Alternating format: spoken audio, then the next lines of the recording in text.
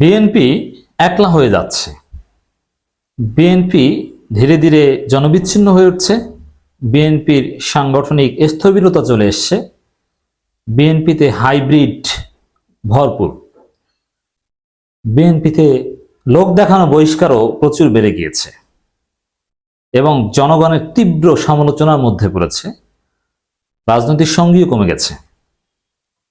একসময় সবকিছু ছিল বিএনপি সেন্ট্রিক, সরকার বিরোধী রাজনীতির। জামাতের আন্দোলন হোক আর অন্য ছোট ছোট দলের আন্দোলন হোক, একমাত্র চরমোনাই ছিল যে বিএনপি সেন্ট্রিক চিন্তা করতো না, অন্য সবাই বিএনপি কেন্দ্রিক চিন্তা করত। এবং আমাদের ব্যাখ্যাটা ছিল এরকম যে যে আন্দোলনের নেতৃত্বে বিএনপি নেই এবং যে আন্দোলনে জামাত নেই সেটা কোনো আন্দোলন না। আন্দোলন মানে বিএনপি থাকতে হবে এবং জামাত থাকতে হবে সেখানে। কিন্তু সেই তুমুল জনপ্রিয় বিএনপি এখন জনবিচ্ছিন্ন।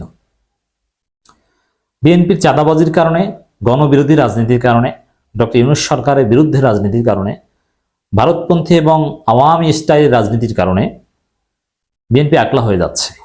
অন্যদিকে জামাত ইসলামী জ্যামিতিক হারে বাড়ছে, জামাতের সমর্থন বাড়ছে, জামাত বড় হয়ে যাচ্ছে, ভোট বাড়ছে।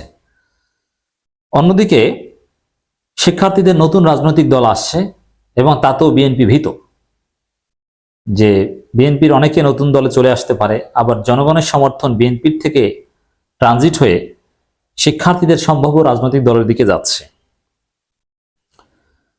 তো বিএনপি এটা বুঝতে পারছে, এজন্য শিক্ষার্থীদের নতুন দলের বিরুদ্ধে অবস্থান নিয়েছে, তাদেরকে প্রতিপক্ষ বানিয়ে শত্রু জ্ঞান করছে এবং রাজনৈতিক অন্যান্য ছোট ছোট দল যাতে বিএনপি বলায় থাকে এই জন্যে নানান চেষ্টা করছে। কিন্তু চেষ্টা কাজ হবে না, এই কারণে আমরা এটাকে ব্যর্থ চেষ্টা বলছি।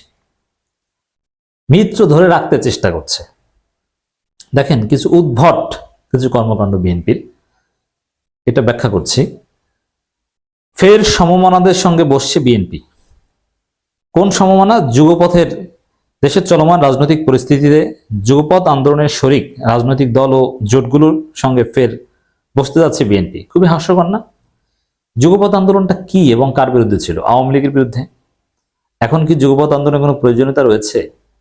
আওয়ামী লীগ তো চলে গিয়েছে, যদিও এই যুগপথ দিয়ে কিছু হয়নি, কিন্তু শিক্ষার্থীরা আওয়ামী লীগকে তাড়িয়ে দিয়েছে, পরাজিত করেছে। তাহলে এখন আওয়ামী লীগ পতনের পর আপনি যুগপথ দিয়ে আপনি কি করবেন? সেই যুগপথের মিত্রদের সাথে আপনি বসবেন কেন? আপনার যে মিত্র সেটা যুগপথের আন্দোলনের মিত্র, কোনো নির্বাচনী জোট বা অন্য কোনো মিত্র নয়। কিন্তু আপনি তাদের সাথে বসছেন, তাদেরকে আবার ডাকছেন বারবার। যেই বিএনপি ব্যাপক সমালোচনার মধ্যে পড়ে তখনই বিএনপি যুগপথের বৈঠক ডাকে। এবং ছোট ছোট দল এটা তো আসবে, ডাকলে তো আর না এসে পারে না, তারা আসে। কিন্তু না, এটা ব্যর্থ চেষ্টা। যুগপথের শরিকদের যতই ডাকেন দেখবেন যে ছোট ছোট দল অনেকেই শিক্ষার্থীদের সম্ভাব্য রাজনৈতিক দলগুলোর সাথে সামনে জোট করে নির্বাচন করবে, বিএনপির সাথে থাকবে না। বিএনপির 31 দফার সাথে তারা অনেকে একমত হবে না, কিংবা 31 দফা কি এটা বুঝতে চাইবে না বা বুঝে না। বিএনপির নেতারাই 31 দফা বোঝেন। আচ্ছা, আমি দায়িত্ব নিয়ে বলছি, বিএনপির যারা উপজেলা সভাপতি বা জেলা পর্যায়ের নেতা, তাদের কতজন 31 দফা ব্যাখ্যা করতে পারবেন বা 31 দফা জানেন? অধিকাংশ পারবে না।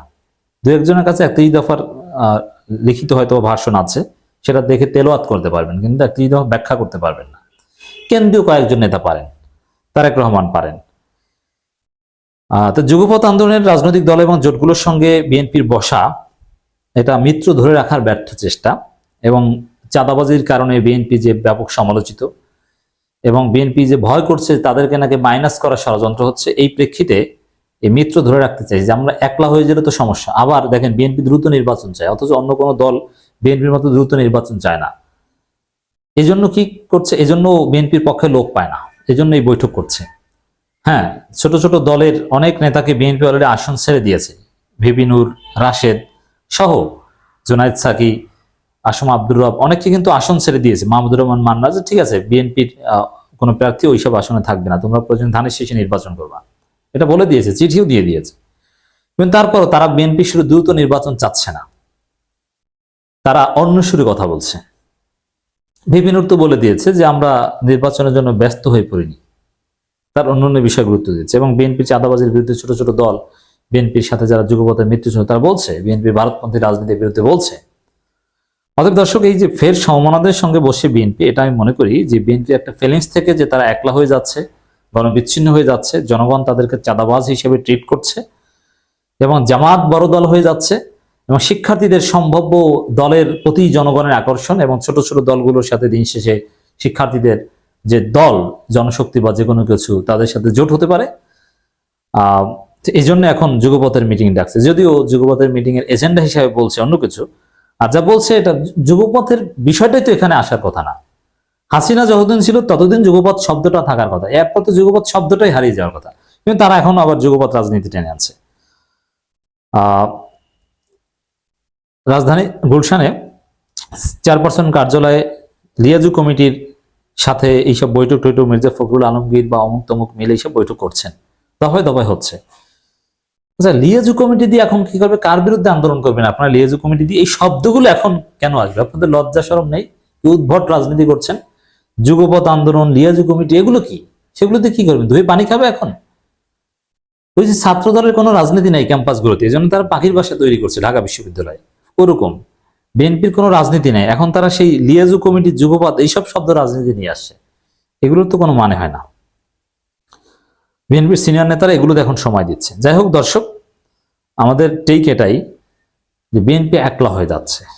তবে হ্যাঁ, বিএনপিকে আমরা বারবার বলি আপনার চাঁদাবাজি বন্ধ করুন, দ্রুত নির্বাচনে জিগির না করে জনসম্পৃক্তমূলক কাজ করুন, বিএনপি নেতৃত্বে থাকা ভারতের দালালদের সরিয়ে দিন, চাঁদাবাজদের বিরুদ্ধে কার্যকর ব্যবস্থা নিন, জনগণের পাশে থাকুন, জিয়াউর রহমান খালেদা জিয়ার আদর্শে থাকুন, তারেক রহমানকে দেশে ফিরিয়ে আনুন। এখনো বিএনপি সবচাইতে বড় দল এবং ক্ষমতা যাওয়া সম্ভব যদি ভুল থেকে ফিরে আসে।